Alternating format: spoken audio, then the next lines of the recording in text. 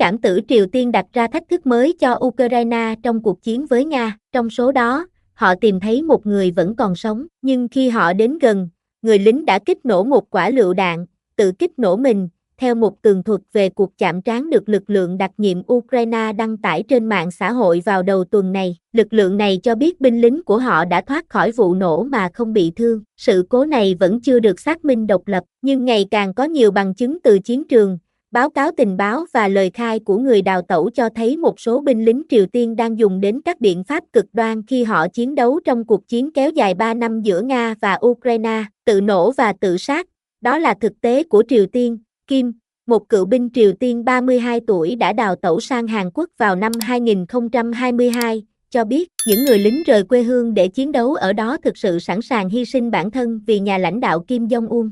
Các đánh giá của Ukraine và phương Tây cho biết Bình Nhưỡng đã triển khai khoảng 11.000 quân để hỗ trợ lực lượng của Moscow tại khu vực Kursk phía Tây của Nga, nơi Ukraine đã chiếm giữ trong một cuộc tấn công bất ngờ vào năm ngoái. Theo Kiev, hơn 3.000 người đã thiệt mạng hoặc bị thương. Phái đoàn Triều Tiên tại Liên Hợp Quốc ở Geneva đã không trả lời ngay lập tức yêu cầu bình luận. Ban đầu, Moscow và Bình Nhưỡng đã bác bỏ các báo cáo về việc triển khai quân đội Triều Tiên là tin giả. Tuy nhiên, vào tháng 10, Tổng thống Nga Vladimir Putin đã không phủ nhận rằng quân đội Triều Tiên đang ở Nga và một quan chức Triều Tiên cho biết bất kỳ cuộc triển khai nào như vậy đều là hợp pháp. Tuần này, Ukraine đã công bố video về những gì họ nói là 2 người lính Triều Tiên bị bắt. Tổng thống Ukraine Volodymyr Zelensky cho biết một trong 2 người lính đã bày tỏ mong muốn ở lại Ukraine và người kia muốn trở về Triều Tiên. Tự tử của binh lính. Triều Tiên triển khai quân đến Nga sẽ là lần đầu tiên kể từ chiến tranh Triều Tiên 1950-53.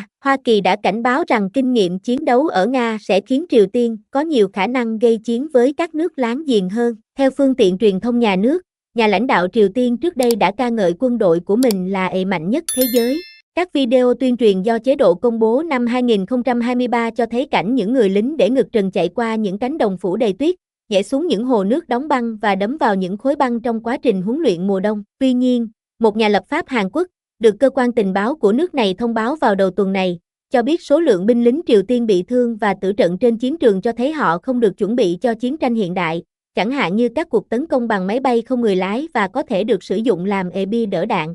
Đáng lo ngại hơn, ông cho biết, có những dấu hiệu cho thấy những người lính này đã được chỉ thị tự sát. Chúng tôi mới xác nhận rằng một người lính Triều Tiên sắp bị quân đội Ukraine bắt giữ đã hét lên gọi tướng Kim Jong-un và rút lựu đạn để tự sát nhưng đã bị giết.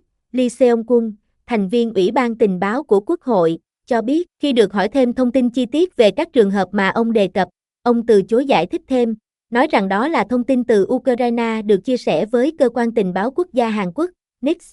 NICS đã không trả lời các cuộc gọi yêu cầu bình luận vào thứ Ba. Giang Ilkay, một nhà phân tích quốc phòng tại Viện Nghiên cứu Chính sách Asan, cho biết việc binh lính hoặc điệp viên tự tử không chỉ là cách thể hiện lòng trung thành với chế độ mà còn là cách bảo vệ gia đình họ vẫn còn ở Triều Tiên. Tổng thống Zelensky cho biết vào Chủ nhật tuần trước rằng Kiev sẵn sàng trao trả những người lính Triều Tiên bị bắt cho nhà lãnh đạo Kim Jong-un nếu ông có thể tạo điều kiện trao đổi những người lính Ukraine bị giam giữ tại Nga.